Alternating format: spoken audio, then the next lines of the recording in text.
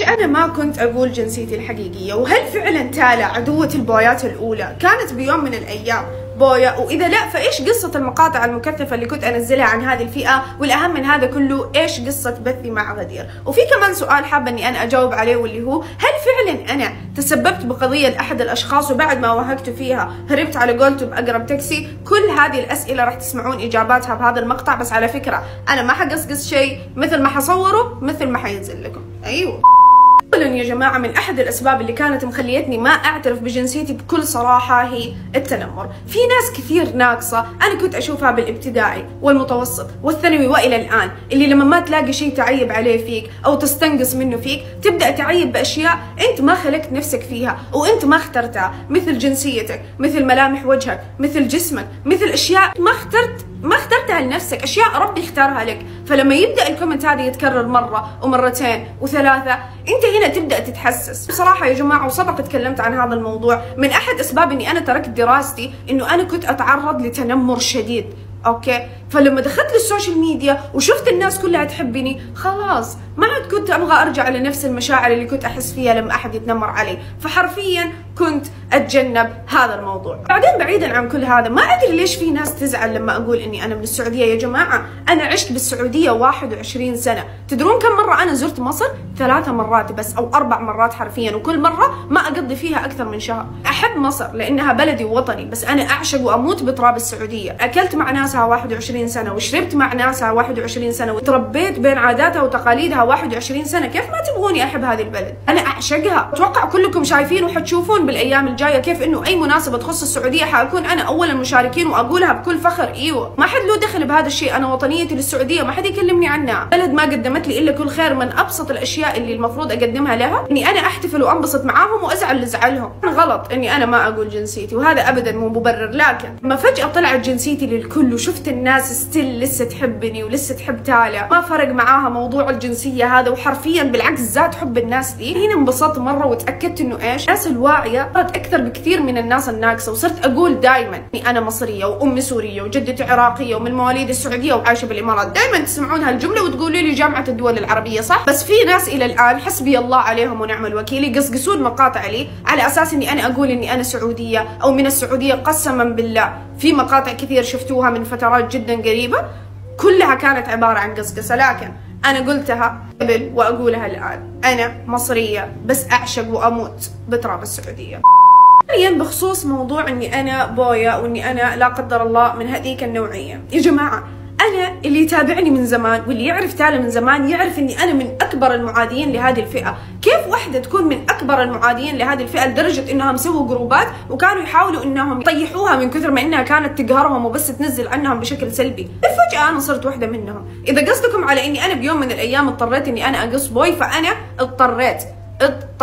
واذا حتسالوني عن السبب، فالسبب انا نزلته بدل المره مليون مره زمان. حوريكم هو الان عشان تعرفون السبب اللي خلاني اقص شعري بالتسريحه اللي انا ما كنت راضيه عنها نهائيا. اليوم رسميا تالا حتتحول بويا، تالا اللي بطيق البويات واللي ما خلت شيء ما قالته عنهم واللي كل قصصها تحدث فيها من البويات راح تصير بويا. طيب ليش يا تالا راح تقصي بوي؟ ايش السبب؟ السبب يا طويلين العمر والسلامه هو انه انا من فتره كنت اعاني من شيء ومخبيه هذا الشيء عنكم، واللي هو انه شعري تعبان. زي ما انتم شايفين شعري مره خرب، صار ميت من الجذور. حتى هي بعد ما فحصته قالت لي انت شعرك خلاص ميؤوس منه، يا اما انك تحلقي اصلع وبعد كذا يبدا يطلع من جديد، يطلع لك شعر صحي وتهتمي فيه اول ما يطلع، او انك تقصيه بوي وبعد كذا لما يبدا ينمو تهتمي فيه برضه من اول وجديد. انا طبعا ما عندي الجرأه ابدا اني انا احلق صلعه او بالموس، فحسوي الخيار الثاني واللي هو اني اقص بوي. وايوه انا ادري ترى ما حتطلع علي القصه حلوه، بس ايش اسوي؟ خلاص شيء انا مضطره اسويه. انا متاكده انه في بويا دعت علي، البويا اللي دعت علي لا اصيدك لا اصيدك. كنت اخلي متابعيني يقولوا لي بويتنا الحلوه، تدرون ليش؟ لانه انا كنت دائما استنقص من البويات واصفهم بصفات جدا سيئه. لما صاروا هم البويات هذول يقولوا لي البويا انا كنت ازعل، انا مو منكم ولا ابغى اكون منكم، اعوذ بالله. كنت اخلي متابعيني يقولوا لي بويتنا الحلوه علشان اقهرهم، اوريهم اني انا راضيه عن اللي جالس ينقال لي هذا، واخترعت لنفسي لقب. طبعا السبب اللي كان يخليني انزل عنهم كثير بقناتي، شوفوا يا جماعه انا بصراحه يعني دقيقة يا جماعة، هذه قناتي القديمة، اوكي؟ حرفيا ما حذفتها عشان اي احد يقول لي انه انت تدعمين هذه الفئة، احط رابط القناة بعينه وادخل جوا عينه. يا جماعة اي قصة انا كنت انزلها عن هذه الفئة كنت استعمل فيها اسلوب الترغيب ثم الترهيب، احاول اني انا اجذبهم للمقطع عن طريق العناوين وعن طريق البداية اللي تكون مشوقة جدا للقصة. بعد كذا ايش؟ حرفيا ما في اي قصة نزلتها عن البويات الا وتكون خاتمتها سيئة. حرفيا قصص البويات انا كنت اتفنن بالنهاية، واحيانا ما حكذب عليكم احيانا انا ازيد بهارات شوي علشان ايش؟ اوريكم انه اي وحده بويا او معجبه بهذه العينات ترى عاقبتها راح تكون سيئه. طيبي قصه اليوم جاتني من بويا شخصيا. شوفوا القصه حساسه شويه، تمام؟ لازم اقولها، لازم. ليش؟ لانه في كثير منكم بعد القصص اللي انا نزلتها عن البويات بقناتي خلاص صاروا يحسبوا انه البويات اقصى شيء ممكن يسووه هو انهم يتضاربوا معاكي،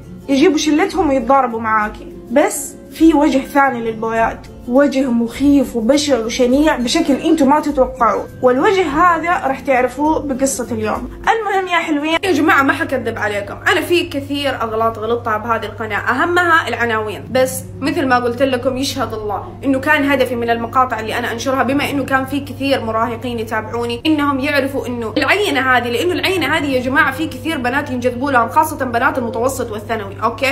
انا كنت بيوم من الايام معاهم وشايفة وعارفة كمية الانجذاب لهذه العينات الغريبة، فانا كنت ابغى اكره الناس بهذه العينات. وغير كل هذا تقولون انه انا قناتي ساعدت حرفيا ناس كثير كانوا يعانون من الفئة هذه اللي هي البويات. اي وحدة كانت تعاني من التنمر منها او تعاني من اي موقف مو كويس منهم، انا كنت انزل قصتها واطلب من متابعيني انهم يساعدوها، وبدل الحل كان يجيها 1000 حل يخليها بخير. لدرجة انه في وحدة اسمها بيان عانت من تنمر البويات عليها لسنوات طويلة، كانوا شلة مو وحدة او اثنين. بعد ما نزلت قصتها تجاوبت معاي مديرة المدرسة شخصيا وطردته. فهل يعقل اني انا ادعم هذه الفئة؟ حسبي الله بس على كل من يقول هالكلام. ارجع اقول انه في اشياء كثير غلط انا سويتها، اللي هي اني انا كنت اشرح بعض الاشياء الحساسة اللي ما كان المفروض انها تنشرح، كنت اكتب عناوين برضو المفروض انها ما تنكتب او ما تنكتب بهذه الطريقة على الاقل. لكن يشهد الله قسما بالله العظيم يا جماعة، قسم احاسب عليه يوم القيامة، كان هدفي اني انا افيد البنات، وانا كان عندي احد يوجهني، ما كان عندي احد يقول لي الصح من الغلط. كنت صغيرة تقريبا، فتحت القناة وعمري 18 و 19 سنة، لكن تركتها كلها وتركت ال 800,000 شخص اللي فيها وفتحت قناة جديدة. ليش؟ انا ما ادور متابعين ولا ادور مشاهدات، كنت ابغى البنات يستفيدوا، والحمد لله افدت كثير منهم، وكثير منهم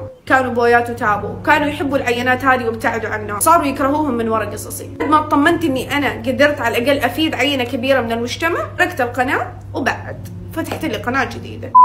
أما بخصوص بث غدير فبكل اختصار يا جماعة أنا حوريكم البث الآن بشكل كامل أو جزء مختصر منه، لكن البث هذا يا جماعة أنا دخلت فيه مع غدير بعد ما كنت أسوي تمثيلية مع أحد الأشخاص اللي أتوقع كلكم تعرفوه، أنس، على أساس إنه إيش؟ إننا كابلز كوميدي، أوكي؟ فغدير كانت اللي بست أنس، تمام؟ وكانت اللي تحاول تستفزني عن طريق انها توريني بجوالها انها حاطه خلفيته. فانا عشان اكمل التمثيليه هذه سويت اني انا اغار واني وللاسف في وحده انا دعيت عليها وجتني قبل فتره تعتذر وتستسمح مني، لكني ما راح اسامحها، قصت مقطع من البث هذا ونشرته للاسف بطريقه مغلوطه وصار اللي صار. اهلا وسهلا جودي شوي وجاياتك كيفك؟ لا رجعي زي ما كان. اول شيء صايره حلوه، الحين فعلا ما الوم انس. ثاني شيء رجعي انس زي ما كان. انت الوحيده تقدرين، انت الوحيده شوفي يعني انت الوحيده تقدرين يعني تحركين قلبه. رجعي زي ما كان. شباب شوفوا شاحن جوالي يا اخي بيطفي، تشوفون؟ تخيلوا طلعت هو زي كذا كان اصفر، غريبه. حتى جوالي الثاني شوف، لا جوالي الثاني فل.